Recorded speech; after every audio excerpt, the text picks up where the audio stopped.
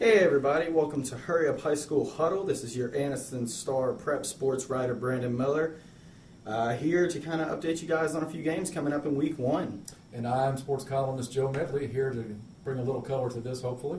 And I'm Assistant Metro Editor Daniel Gaddy. All right, guys, football season's finally back. Calhoun County, the surrounding areas. Seemed like the offseason, took a really long time to get here. Games are starting Thursday, and there are a few good games that we're kind of going to discuss going into this weekend. That's right, guys. And up first, we have Weaver at Calhoun County. I tell you, Daniel, it's a really good game. Weaver is a very athletic team. Timothy Hawkins is back for his 4th year starting at quarterback. But at the same time, Calhoun County is they're probably even better. Ranked 10th in Class 4A. They've got Brady Padgett back at quarterback. They've got do-it-all athlete Trey Bolton back. And I really like what Michael Short's got going on over there. And, I think Calhoun County is going to get this W Friday night. I would tend to agree with that, Brandon. Even after seeing Weaver play in their jamboree on Friday night against Pleasant Valley, I thought Timothy Hawkins looked really good in that game. He looks like a 4th-year starter. He looked good throwing the ball. He looked good making decisions out there. And they've got athletes. They have speed at Weaver. But we're talking about a 3A going to a 4A to play, and a ranked 4A team at that. So I'd have to say Calhoun County too. Okay, and next up on the list, we have White Plains at Ohatchee. I tell you, Joe and Daniel, this is one of the best games we've got this week. These are two programs that are kind of on the rise. Looking at a winner in this one, before Ohatchee went down to B.B. Comer, I don't think they really played up to their expectations, and I would say with a decent amount of confidence they've got this one. I'm a little shaky on it. I think you can kind of flip a coin. I'd be content with either winner. But, I really like what Nathan Weehunt's got going on over there right now. And, I think on the Creek Bank with Ohatchee being the home team, they're going to get a little more on the field and effort than White Plains will have. And I think they'll pull out close. The one thing I wonder about on the Ohatchee side is just how much chance they've had to build up and get bigger and stronger. I know they've been a small team last couple of years and young and again starting over a coach, and kind of like Heath Harmon, he's been there a few years at White Plains and had a chance to build it, so to speak. That is their slogan over there, and I got to think, as good a coach as he is, there's 1 year they're going to have their year here soon. All right, and for our spotlight game, we have Sachs at Welborn. I mentioned White Plains and Ohatchee being a good one. This game is, it's prime time. It's the game that if this is a college level, everybody's watching it. Sachs is going to be a very exciting team this year. One of the most athletic kids in the area, Trey Smith, has moved to quarterback. And they've got some other big-time players. 8 of their 11 starters on defense are back as well. But at the same time, Welborn, you've got Landon McChristy moving to quarterback. You've got Sean Goodman, Kevin Mixon back. They only have one returning offensive and defensive lineman in Jaleel Burton. At the same time, the big question when you play Welborn is, can you stop the wing team? And one team stopped it last year. It was Tanner. The state champions didn't lose a game all year, but they were a team on their own level.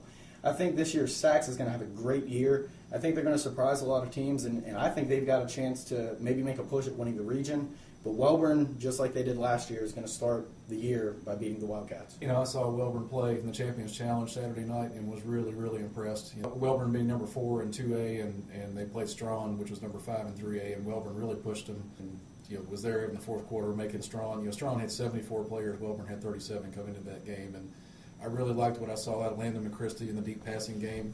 That helps kind of back defenders up off that line of scrimmage and make it more possible to run that wing tee and get those speed guys out there on the edges. All right, and next up we have Etowah at Alexandria. Alexandria had a lot of players to replace coming back from last year. Justice Owens, Tanner Wells just being 2 on the offense.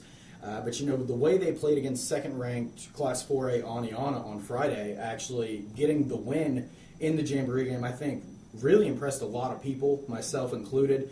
You've got a bigger school in Etowah coming in, but I think Alexandria gets this one done, and they're going to start the year 1-0. Well, Alexandria really intrigues me. I like the look of Luke Tucker at quarterback, and especially playing under his dad. And when people think of Alexandria, they think of running backs. It's kind of a tailback school, or has been, but they've had their years where they've had a good passing dimension, like when Will Ginn was quarterback. And Luke Tucker, to me, is intriguing. And one of the common denominators in all this is Frank Tucker, his dad, who was offensive coordinator all those years under Larry. So I'm kind of real interested to see what that's going to be this year, especially after seeing them beat Aniana in that Jamboree game. And next we have Greenville at Anniston. Greenville, they're a bigger classification as well. They're also in Class 5A. I have heard a decent amount of good things with them. them. But with Anniston, it's difficult for me to not pick them in week 1. They're a very athletic team, but they're very young. So you may see a different team in week 1 than you may in week 5. With that said, Eddie Bullock's one of the best coaches around here. Anniston struggled a little bit with Sylacauga at the beginning of the game in their jamboree last week, but they kind of picked it up toward the end. I think it may be a little bit of an upset here, but I'm going with Anniston this one. I would tend to agree. I think a lot of Eddie Bullock, and I agree with your assessment that Anniston's one of those teams that might start slower than they finish, but I like him at home this week. And next on the list, we have Valley Head at Donahoe. Donahoe is a team. They had some moves. You got Chris Carr at quarterback, and I'm really excited to see what he's got. They've only got 18 kids on the team. I think there's a lot of excitement over there. A lot of excitement. And I think they're going to come out. They're going to beat Valley Head. They beat them last year as well. And I think they're going to kind of roll until they hit the harder part of the schedule a little bit later. Yeah, I like Donahoe too. They kind of have their cycles there where they're up for a little bit, then they have to rebuild. They get really young, and then they come back and make a run. But I like what Shannon Felder's doing there, and I think they're going to start off with a win this year. And next up on the list, we have Woodville at Jacksonville Christian Academy. Another small 1A game, both region games actually for each Donahoe and JCA. Similar situation, JCA got the win last year, and we traveled last year. They've got Woodville at home this year, and I think it's another victory for them. I do think so too, just because I like JCA playing at home, and too, I think they've pretty much had the best of this rivalry. And for a Thursday night showdown, we have Pleasant Valley at Jacksonville. I tell you, I'm happy that we do have a Thursday night game. With this one, I feel like Jacksonville and Pleasant Valley both didn't really play up to potential in their jamboree games, not to take it away from their opponents. But I know there's a lot of excitement kind of going around Jacksonville.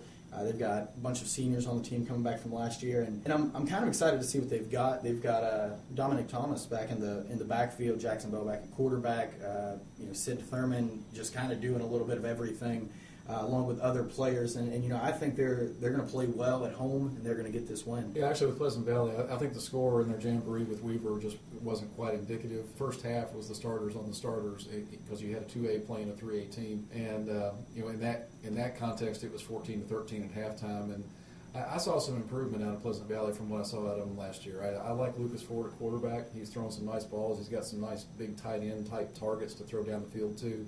Dalton Bean seem to be running the ball really well. They got another running back named Lewiski who really, I like the way he hits the hole. I think they're an improved team this year. But that said, you're talking about a 2A and a team that's not been good in 2A for a while, going to play on the road against a 4A team. So I'd have to take Jacksonville. And next on the list, we have Carrollton, Georgia at Oxford. This is a game, guys, that we've looked at.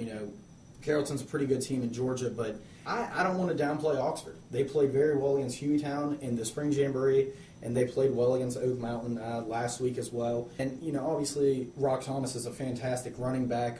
If the offensive line can block for him, he'll hit the secondary, he'll make a move, he'll be gone. But the kid I'm kind of looking at a little bit more is Ty Weber, a quarterback, second-year starter coming back, and he's really impressed me. And this one's probably also an upset too, but I'm taking Oxford. Ty Weber impressed me Friday night when I saw that jamboree. He completed 12 out of 17 passes for 114 yards and a touchdown. And the touchdown pass was a strike thrown deep over the middle on 4th down and 13. He looks like he's ready to give them a passing dimension, and that's really all they need to kind of back some defenders off that line of scrimmage and open things up more for Rock Thomas. And last but not least, we have Piedmont at Cherokee County. Piedmont's a team going into every single season. Since they won the state championship, you're wondering, are they going to get back this year? They lost 23 seniors last year, so that's going to make it a little bit tougher. But this is going to be a fun team to watch this year. You've got Ty Sparks, a quarterback coming in from Randolph County, who is just a fantastic quarterback. The backfield, everybody's back. But I think with this game, this is kind of a good warm-up, even though it's a 3A against a 4A. Cherokee County's kind of been down the last few years. And I think Piedmont's going to start the year off in a good way and get a victory probably by a few touchdowns. I really thought Cherokee County was a team that was going to be back up last year. They won that state championship in 2009 and lost almost their whole team of seniors, and they started playing young guys after that. And last year was the year that those guys were supposed to mature, and they really struggled. So, and then they lost some of those guys as seniors. So, Piedmont's up and running high right now, and I have to think they're going to take that one. All right, guys, that wraps things up for Week 1. We'll be back again next Wednesday for our Week 2 games, and no matter where you go on Friday night, have a safe trip, cheer your team on hard, and best of luck to all the coaches and the players.